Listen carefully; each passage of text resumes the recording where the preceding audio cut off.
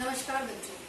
कल हमने पाठ्य पुस्तक संचयन के पाठ एक हरियर काका पाठ का कुछ भाग पढ़ा था। आज हम उसका शेष भाग पढ़ने जा रहे हैं।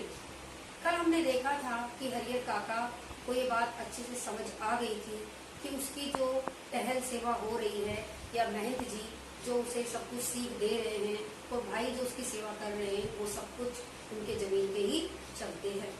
उधर खुले शब्दों में भाइयों ने हरियर काका को ये बात समझा दी कि उन्हें अपनी जमीन उनके नाम कर देनी चाहिए, किंतु हरियर काका ने लेखक से कुछ देर बातचीत की और उसके बाद ये निर्णय लिया कि जीते जी वह अपनी जमीन किसी के नाम नहीं करेंगे।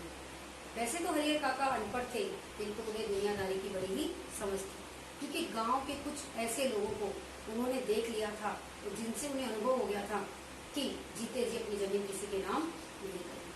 क्योंकि गांव में पहले भी कुछ बुजुर्ग थे, जैसे रामेश्वर की विधवा, उन्होंने अपनी जमीन भाइयों के नाम कर दी, बाद में उनके कुत्ते जैसी कभी भी नहीं हुई। इसीलिए हरियर काका अनपढ़ होते हुए बड़े समझदार थे और उन्होंने और लेखक ने मिलकर ये निर्णय लिया कि वे अपनी जमीन जीते जी किसी के नाम नहीं करेंगे। तो अब हम आगे देखेंगे कि कहानी में आगे क्या होता है। उधर महंत जी भी हरियर काका के टोह में रहने लगे कि जैसे हरियर काका मिले और वे उन्हें तुरंत समझाएं और जमीन ठाकुर बाई के नाम कर दें। तो उधर भाई भी इसी फिराक में रहने लगे कि जैसे तैसे करके हरियर काका से जमीन अपने नाम वह करवा ली जाए। वह करवाना अर्थात वसीयत, वह करवाना वसीयत अपने नाम करवा ले। हरियर काका को बार बार समझाने लगे भाई की जमीन हमारे नाम वह कर दे, किंतु हरियर काका अपनी बात पर अड़े रहे। उधर लगातार महंत जी हरियर काका पर नजर रखने लगे। वो एक दिन बार बार समझाने पर भी जब हरियर काका नहीं माने तो एक दिन महंत जी ने एक रुद्र रूप धारण कर लिया और अपने साधु बने गुंडों के साथ आकर अचानक से हरियर काका को रात को आ दबोचा और उन्हें उठाकर अगवा कर ले गया। जब तक शोर मचाया जाता, हरियर काका को ढूंढा जाता, लोग सो रहे थे, आधी रात का समय था, तब तक तो हरियर काका को लेकर महंत जी और साधु संत वहां से चंपत हो गए। और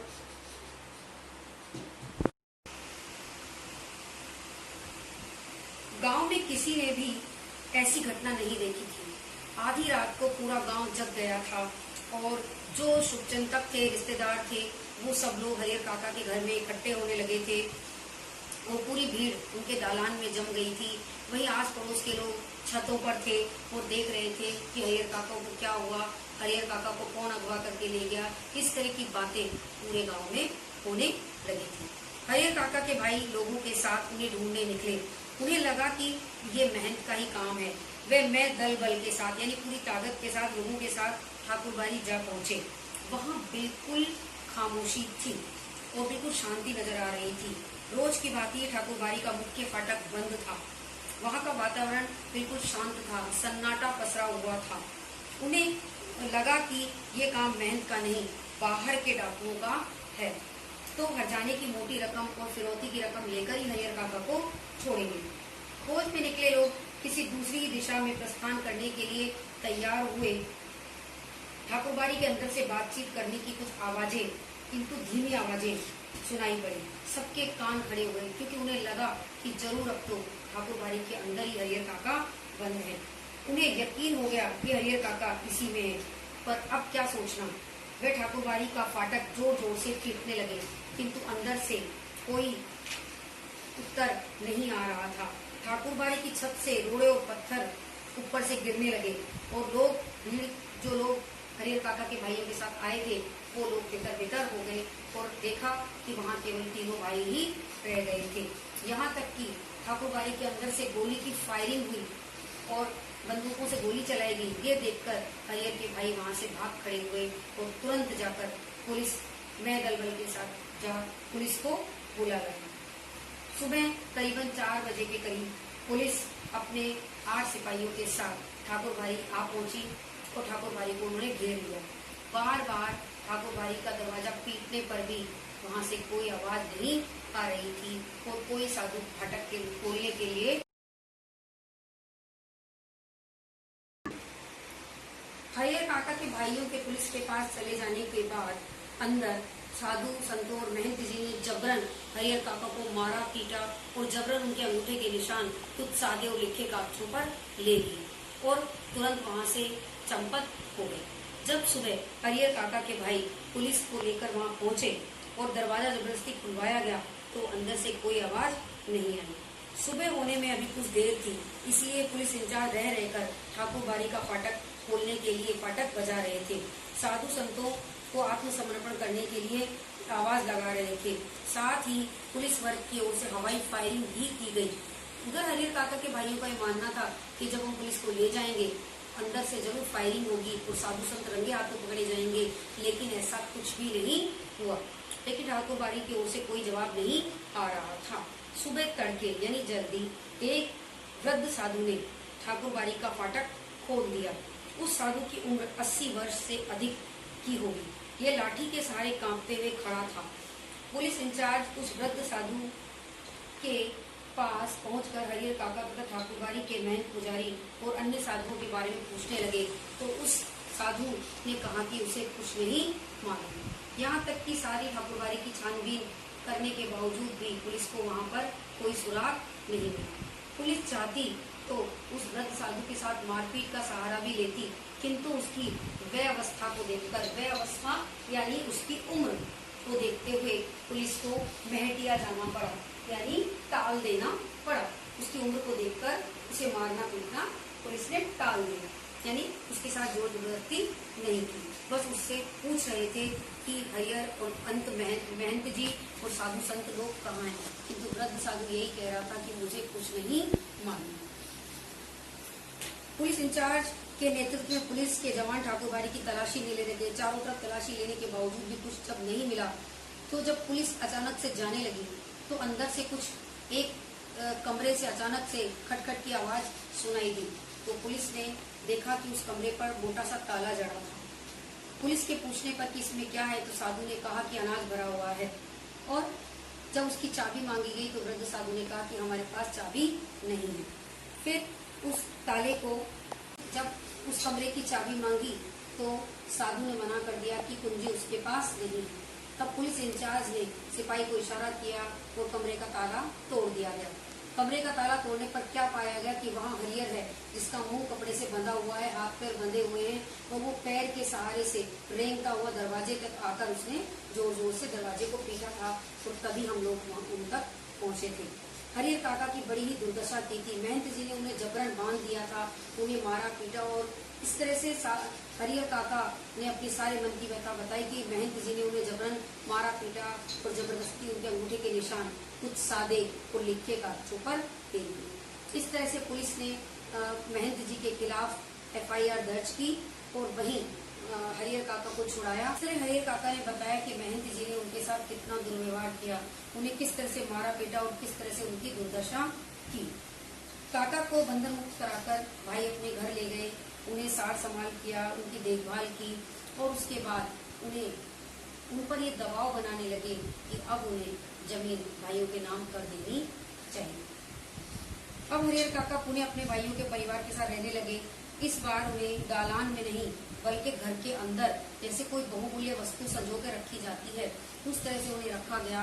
हर समय रिश्ते नाते के बड़े बड़े लड़के और गुंडे टाइप लोग आ गए थे जो हमेशा उनके चारों ओर पहरा देते। हरिहर काका जरा से भी बाहर निकलते तो उनके साथ जाते, एक पल के लिए भी हरिहर काका को आंखों से ओझल नहीं होने देते।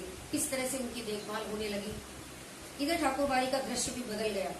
एक से एक खूंखार लोग ठाकुर बाड़ी में आ गए थे, उन्हें देखकर ही डर लगता था। गांव के बच्चों ने भी ठाकुर बाड़ी में जाना बंद कर दिया था इस अगवा की घटना के बाद। हरिहर काका को लेकर गांव प्रारंभ से ही 2 वर्गों में बटा था और अब बातें और भी ज्यादा गड़बड़ाहट भरी होने लगी थी।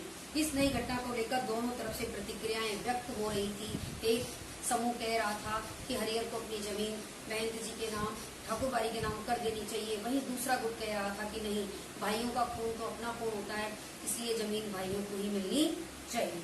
और अब हरिहर काका एक सीधे साधे भोले वाले किसान नहीं, अपेक्षाकृत एक चतुर और ज्ञानी हो गए थे।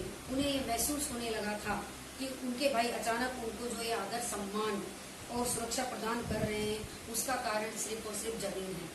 और महंत जी जो चिकनी चुपड़ी बातें कर रहे थे उसके पीछे भी केवल और केवल उनकी जमीन ही थी। क्योंकि महंत जी किसी न किसी तरह से उनकी जमीन हथियाना चाहते थे। इस तरह से समय बीतता गया और भाई जबर जायदाद को हासिल करने के लिए हरिहर काका पर दबाव बनाने लगे।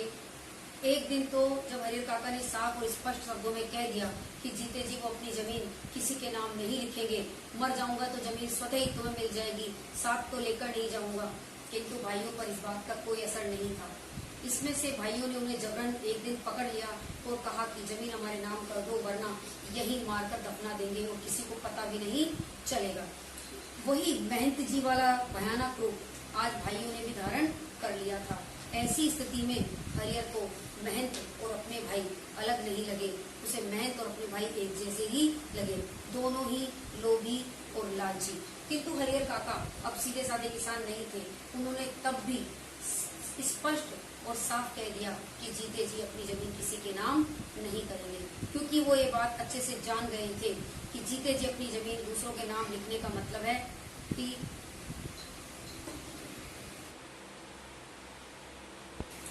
हरिहर काका ये जान गए थे कि अज्ञान की स्थिति में ही मनुष्य मृत्यु से डरता है, क्योंकि जब व्यक्ति को ज्ञान हो जाता है कि मृत्यु तो एक दिन होनी है, तब वो मृत्यु से नहीं डरता। ऐसी ही स्थिति में हरिहर काका थे। उन्हें पता तो था कि मृत्यु तो होनी ही है, लेकिन वो मृत्यु से डर नहीं रहे थे। इसीलिए उन्होंने भाइयों से कहा कि मारोगे तो मैं तुम्हारे हाथों से मर जाऊंगा, किंतु जीते जी ये जमीन तुम्हारे नाम नहीं करूंगा। ऐसा ही हरिहर काका के साथ भी था। जिस प्रकार से अज्ञानी व्यक्ति तभी तक डरता है जब तक वो मृत्यु का सामना नहीं कर लेता।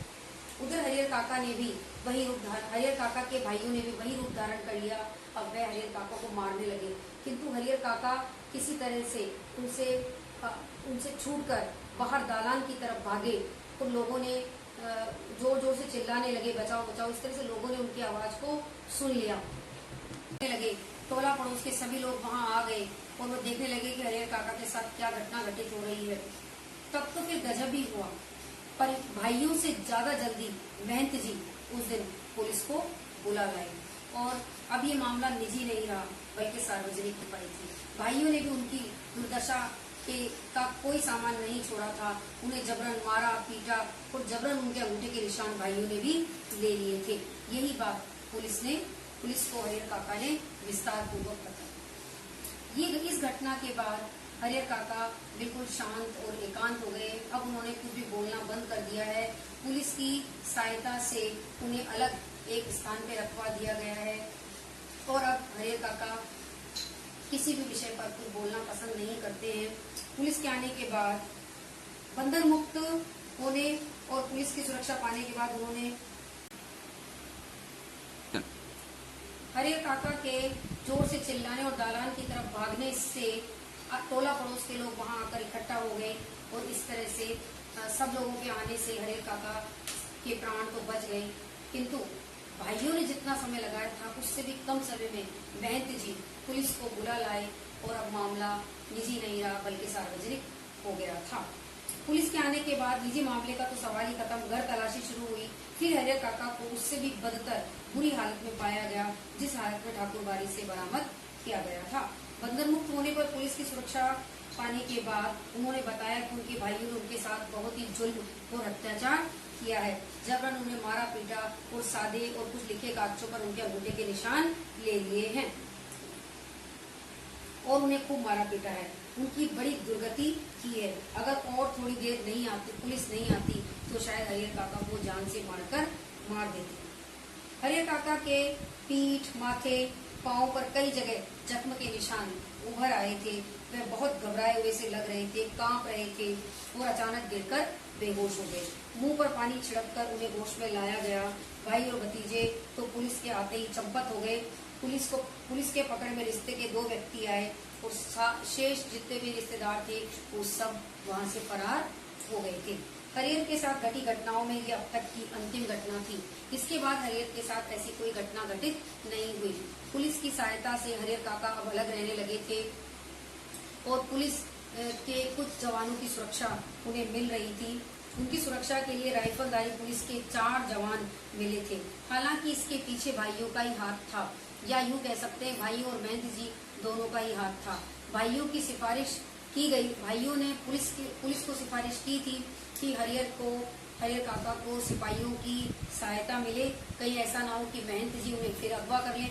उधर महंत जी ने भी पुलिस को सिफारिश की कि हरियर काका को सुरक्षा कर्मी मिलने चाहिए, कहीं ऐसा ना हो कि उनके भाई उन्हें फिर मार लें। इसलिए कह सकते हैं कि नेपथ्य में रहकर यानी पर्दे के पीछे से अप्रत्याशित रूप से तो सहायता भाइयों और महंत जी की ओर से ही मिल रही थी, दिखाने के लिए केवल पुलिस की थी। अब 4 पुलिसकर्मियों की सुरक्षा में हरियर काका अलग रह रहे थे। इसलिए जब हरियर काका ने इस तरह से पुलिस की सुरक्षा में हरियर काका रह रहे थे और इस तरह से वो अपना जीवन बिता रहे थे। तभी कुछ दिनों के बाद अचानक एक नेताजी हरियर के पास आ जाते हैं और कहते हैं कि स्कूल के लिए, एक सरकारी स्कूल के लिए हरियर अपनी जमीन दान कर दे और वहाँ पर सीनियर हायर सेकेंडरी, हरियर उच्च सीनियर हायर सेकेंडरी स्कूल बनेगा, इससे हरियर का नाम होगा। इस तरह से, किंतु हरियर काका अब चतुर और चालाक थे, उन्होंने कुछ हाँ कहा ना, इसलिए नेताजी भी हाथ में सोचकर चुपचाप चले गए। इन दिनों गांव की चर्चाओं का मुख्य केंद्र हरियर और उसकी जमीन थी।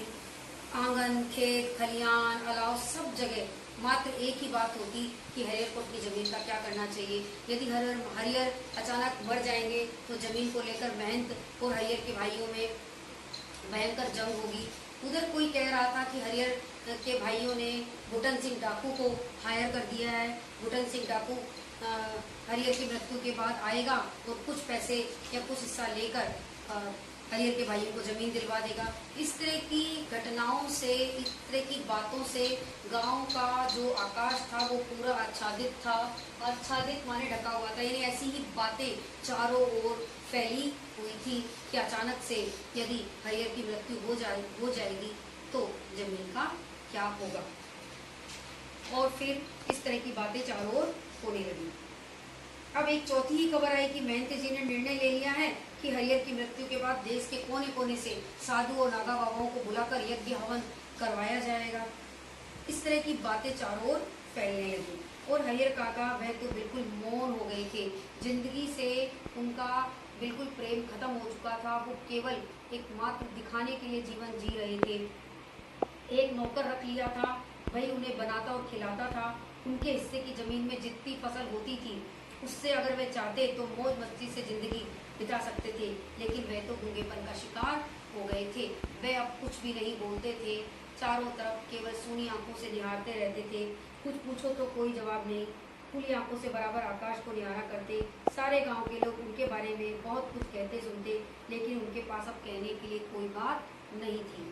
पुलिस के जवान हरियर काका के खर्चे पर खूब मौज मस्ती उड़ाते से जीवन व्यतीत करते, खाते पीते और ऐश करते, क्योंकि लेखक ने सही कहा है कि जिसका धन वह रहे उपास और खाने वाले करे विलास। यानी जिसका धन है वो तो उपवास करके बैठा है और जिसका नहीं है वो लोग मौज मस्ती उड़ा रहे हैं। और अब जो नहीं खाया था दोनों जून खा रहे हैं। तो हरियर काका कहानी में हमने ये देखा कि आज के जो युवा पीढ़ी है या आज के जो सगे संबंधी हैं वो रिश्ते नाते बुलाकर केवल धन और धन दौलत और पैसा ही रिश्तों की जगह पैसे ने ले ली है। तो रिश्ते धीरे धीरे से समाज में खत्म होते जा रहे हैं। वही हमने धार्मिक स्थिति को देखा कि धर्म में भी आडंबर आ गए। धर्म के साधु संत महंत जिनका काम है लोगों को धर्म की ओर ले जाना, धर्म की राह की ओर ले जाना, किंतु वो भी क्या कर रहे हैं, वो भी लालची होते जा रहे हैं और धर्म के नाम पर लोगों से पैसा ऐंठने में लगे हैं। धन्यवाद। बचे हुए सारे प्रश्न आपको अपनी पाठ्य पुस्तक कॉपी में करने हैं और आप संचयन के लिए, स्पर्श के लिए और व्याकरण के लिए एक ही कॉपी बनाएंगे, एक ही नोटबुक बनाएंगे और उसी में आप ऊपर हेडिंग डालकर स्पर्श चैप्टर नंबर, संचयन चैप्टर नंबर और व्याकरण के टॉपिक, इस तरह से एक ही कॉपी में आप सारा काम करेंगे। तो मैंने आपको 4 क्वेश्चन पहले दे दिए थे, अब इसके बचे हुए शेष सभी प्रश्न आप करेंगे, जिसमें प्रश्न नंबर 2 है कि हरियर काका और महंत और अपने भाई एक ही श्रेणी के क्यों लगे। इस प्रश्न का उत्तर मैंने आपको चैप्टर के बीच में भी दिया था कि हरियर काका को महंत और उसके भाई एक जैसे ही लगे, क्योंकि जब महंत जैसा ही रूप उनके भाइयों ने भी अपना लिया, भाइयों ने भी जब उन्हें जबरन मारा पीटा तो हरियर काका को अपने भाई भी महंत जैसे ही दिखने लगे। वही आपका नेक्स्ट क्वेश्चन है, क्वेश्चन नंबर 5, हरियर काका को जबरन उठा ले जाने वाले कौन थे? महंत जी और उसके साथी। उन्होंने उनके साथ कैसा व्यवहार किया। महंत जी और उनके साथियों ने हरिहर काका के साथ बड़ा ही दुर्व्यवहार किया, उन्हें मारा पीटा और जबरन उनके अंगूठे के निशान ले लिए। वही अगला क्वेश्चन है, कहानी के आधार पर स्पष्ट कीजिए कि लेखक ने ये क्यों कहा कि अज्ञान की स्थिति में ही मनुष्य मृत्यु से डरते हैं। ज्ञान हो जाने के बाद तो आवश्यकता पड़ने पर मृत्यु का भी सामना करने को तैयार हो जाते हैं। लेखक ने ये बात बिल्कुल सही कही है, क्योंकि जब तक व्यक्ति अज्ञानी होता है तब तक ही वह मृत्यु से डरता है। जब वह मृत्यु की सच्चाई को जान लेता है कि मृत्यु तो एक दिन होनी है, तब वो मृत्यु का भी सामना करने को तैयार हो जाता है। हरिहर काका के साथ भी बिल्कुल ऐसा ही था। जब वो ये जान गए थे कि मृत्यु तो एक दिन होनी है, इसलिए वो भाइयों के मारने पीटने पर उनका सामना करने को तैयार थे। उन्हें इस बात का एहसास था कि मरूंगा तो अच्छा ही है कि मृत्यु प्राप्त हो जाएगी, किंतु जीते जी अपनी जमीन इनके नाम करके रोज रोज तेल तेल मरने से अच्छा है कि मैं इनका मुकाबला करूं और इन्हें साफ और स्पष्ट शब्दों में कह दूं। अतः व्यक्ति तब तक ही डरता है तब तक जब तक कि वो मृत्यु का सामना नहीं कर लेता। वही अगला क्वेश्चन है कि समाज में रिश्तों की क्या अहमियत है, इस विषय पर अपने विचार प्रकट कीजिए। समाज में रिश्तों की बहुत अहमियत है, क्योंकि व्यक्ति जब भी जन्म लेता है तो बहुत सारे रिश्तों को लेकर जन्म लेता है, किंतु धीरे धीरे इस भौतिकवादी और आधुनिक समाज में रिश्तों की अहमियत कम होती जा रही है। रिश्तों की जगह अब धन दौलत और पैसे ने ले ली है, इसलिए रिश्ते धीरे धीरे खत्म होते जा रहे हैं, प्रेम खत्म होता जा रहा है और धन दौलत ही सामने आ रही है। अब धन से और पैसे से नए रिश्ते और दोस्त आसानी से बनाए जा सकते हैं। वही नेक्स्ट क्वेश्चन है, यदि आपके आसपास हरिहर काका जैसी हालत में कोई हो तो आप उसकी कैसे मदद करेंगे। एक तो हम उसकी मदद पुलिस सहायता से कर सकते हैं, यदि उसके ऊपर अत्याचार हो रहा है तो पुलिस में इसकी रिपोर्ट दे सकते हैं, और यदि वो बीमार है या उसे किसी चिकित्सकीय सहायता की आवश्यकता है तो हम उसे अस्पताल ले जा सकते हैं और बहुत सी जानकारियां उसे दे सकते हैं। तो इस तरह से हम उसकी सहायता कर सकते हैं। इसका आंसर आप विस्तार से भी लिख सकते हैं, क्योंकि इसमें आपको अपने विचार लिखने हैं। वही अगला क्वेश्चन, लास्ट क्वेश्चन है, हरिहर काका के गांव में यदि मीडिया की पहुंच होती तो उसकी क्या स्थिति होती, अपने शब्दों में लिखिए। हरिहर काका के गांव में यदि मीडिया की पहुंच होती तो इसके दो रूप हमें देखने को मिलते, एक सकारात्मक और एक नकारात्मक। सकारात्मक रूप हमें देखने को मिलता कि शायद मीडिया की पहुंच से हरिहर काका को इतने दुख नहीं उठाने पड़ते और उनके साथ न्याय समय पर हो जाता। और वहीं उसका नकारात्मक रूप ये होता कि शायद नकली रिश्तेदार या महंत जी से भी भयानक कुछ लोग हरिहर काका को परेशान करने की कोशिश करते। अतः मीडिया की पहुंच से सकारात्मक और नकारात्मक दोनों ही प्रभाव देखने को मिलते। तो ये सभी प्रश्न आप अपनी नोटबुक में करें। धन्यवाद।